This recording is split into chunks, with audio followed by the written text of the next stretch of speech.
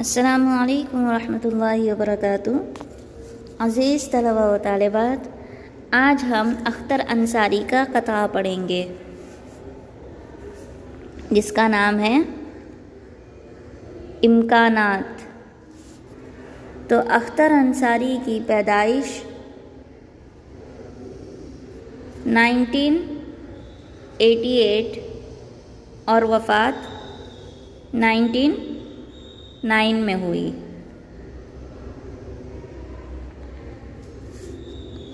تو آئیے پہلے ان کا شاعر کا تعارف دیکھتے ہیں۔ اختر انصاری بدایوں اتر پردیش میں پیدا ہوئے ہیں۔ بدایوں اتر پردیش میں ہیں۔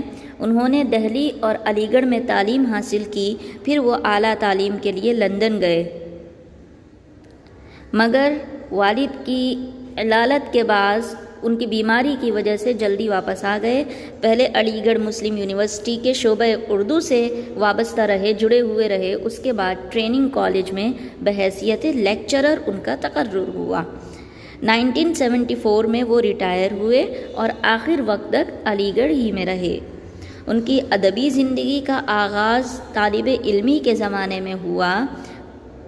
وہ شروع میں شیلی اور کیسٹس سے متاثر ہوئے، لیکن بعد میں انہوں نے ترقی پسند ادبی تحریک کے اثرات کو قبول کیا اور شاعری کو سیاسی اور سماجی شعور کے اظہار کا ذریعہ بنایا۔ اختر انصاری نے افسانے بھی لکھے اور تنقید بھی، لیکن انہیں شہرت قطعات سے ملی۔ ایک ادبی ڈائری، افادی ادب، غزل کی سرگزشت، غزل اور غزل کی تعلیم، ان کی نثری تصنیفات، غزل اور غزل کی تعلیم، یہ سب جو ہیں ان کی نثری تصنیفات ہیں جو انہوں نے لکھی ہیں۔ پھر نغمہ روح عصر، دہان زخم، خندہ سحر وغیرہ جو ہیں ان کے مجموعے ہیں کلام کے۔ اب آئیے دیکھتے ہیں ان کا قطعہ۔ تو امکانات ہے: قدم آہستہ رکھ، کیا ممکن ہے کوئی کوپل زمین سے پھوٹتی ہو، یا کسی پھول کی کلی سر دست مزے خواب عدم کے لوٹتی ہو۔ یہاں پر شاعر کہہ رہے ہیں، آہستہ قدم رکھنے کی بات کر رہے ہیں۔ کہتے ہیں کہ ذرا دیکھ بھال کر آہستہ سے قدم رکھ، کہیں تیرے قدموں کے نیچے کسی کوپل یا بن کھلی ہوئی کلی، جو کلی ابھی کھلی نہیں ہے، جو کوپل ابھی بنی نہیں ہے، پھول نہیں بنا ہے، ابھی وہ بڑا نہیں ہوا ہے، کہیں اس کو نقصان نہ ہو جائے۔ تو شاعر یہاں پر اس بات کی تلقین کر رہا ہے کہ اپنی زندگی میں اس طرح سے رہے کہ تیری ذات سے کسی انسان کو کوئی نقصان نہ ہو۔ اپنی زندگی میں اتنی احتیاطی برت کہ دوسروں کو کوئی بھی نقصان نہ پہنچے۔ تو یہاں پر معنی دیکھ لیتے ہیں۔ سرے دست ہے یعنی فی الحال، ابھی۔ عدم یعنی ہمیشہ، وہ دنیا جہاں انسان مرنے کے بعد جاتا ہے، وجود کا نہ ہونا۔ عدم مطلب ہمیشہ کی زندگی۔ اس کے سوال جواب بھی چھوٹے ہی ہیں اور یہ آپ کو یاد کرنا ہے۔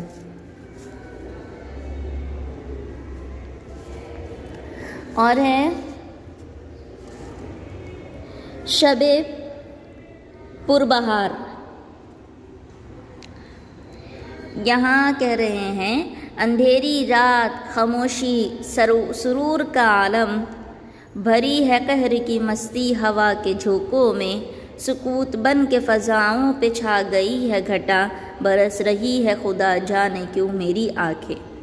اندھیری رات، خاموشی، سرور کا عالم، بھری ہے قہر کی مستی ہوا کے جھونکوں میں، سکوت بن کے فضاؤں پہ چھا گئی ہے گھٹا، برس رہی ہے خدا جانے کیوں میری آنکھیں۔ یہاں پر شاعر کہنا چاہ رہے ہیں کہ باہر کا ماحول کتنا ہی حسین اور مست دل فریب کیوں نہ ہو، مگر انسان کا دل اندر سے خوش ہونا بہت ضروری ہوتا ہے، تو ہی اس کو باہر کی جو خوشی ہے، مستی ہے، جو ماحول میں جو مزہ ہے، وہ اس انسان کو مل سکتا ہے، وہ محسوس کر سکتا ہے جب وہ اندر سے خوش ہو۔ تو وہی یہاں پر کہہ رہے ہیں کہ چاہے اگر اس کا دل خوش نہیں ہوگا، وہ اندر سے خوش نہیں ہوگا، تو اس کے آنسو نکل ہی جاتے ہیں۔